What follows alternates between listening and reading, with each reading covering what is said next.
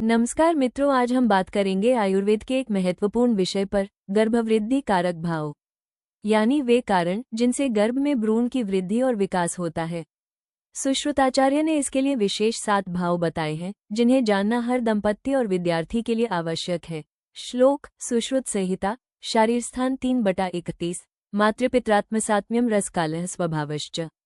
एते गर्भवृद्धिकर्भावा संप्रकीर्तिता, अर्थात गर्भ की वृद्धि माता, पिता, आत्मा, सात्म्य, अनुकूलता, रस, काल और स्वभाव, इन 7 कारणों से होती है।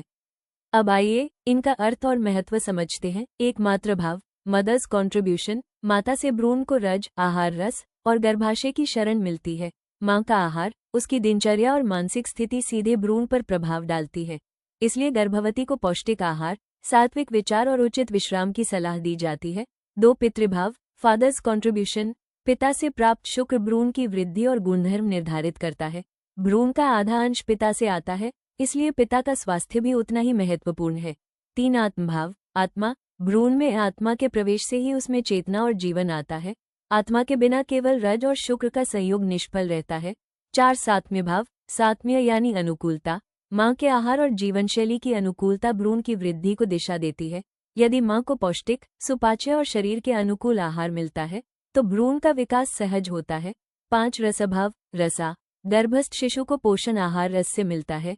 माँ का खाया हुआ भोजन जब रसधातु में परिवर्तित होता है तो वही भ्रूण की वृद्धि और अंग निर्माण में सहायक होता है। 6 कालभाव, काला यानी उचित समय, गर्भधारण के लिए उचित समय और काल होना आवश्यक है। यदि समय अनुकूल है तो भ्रूण की वृद्धि भी संतुलित और स्वस्थ होती है।